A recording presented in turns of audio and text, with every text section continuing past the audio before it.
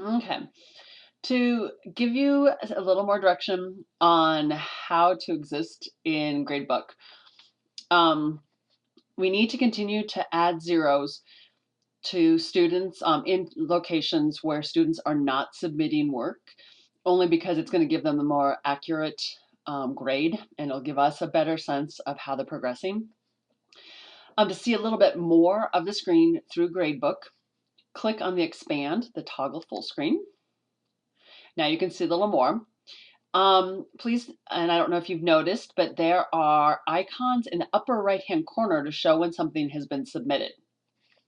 So for example, this has been submitted here, Jeffrey did. So you'll want to remove the zero and you don't have to click anything to save it. It automatically saves it.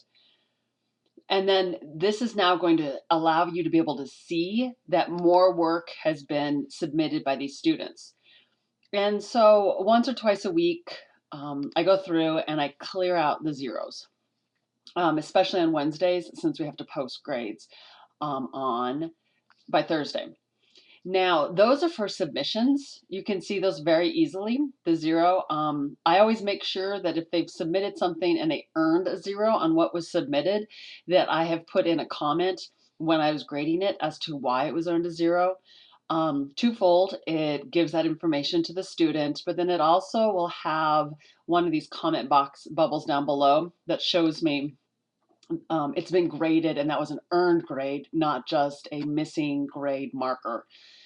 And what's nice is you'll already have notification. If they resubmitted it, we won't see it here, but we can see it on the updates of materials pages.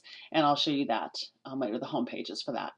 Now for quiz type ones, you'll see that there's a lock over here. So once a quiz or test has been submitted, type assignment, you click on the lock and it clears it. And now this will also pop up because this is something that has to be manually, there are a couple of questions that have to be manually graded. So that will now also pop up in your what needs to be graded thing. And I will show you to get there. Easiest way is to toggle out of full screen. I just click on materials. That's just the easiest way. Updates will also work.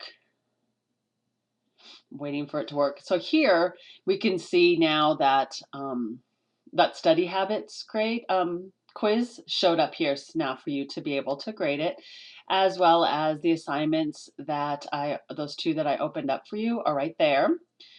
If a student resubmits a grade, meaning you've already, or an assignment, you've already graded it, but it needs to be regraded, and I'm going to show you one from one of my classes.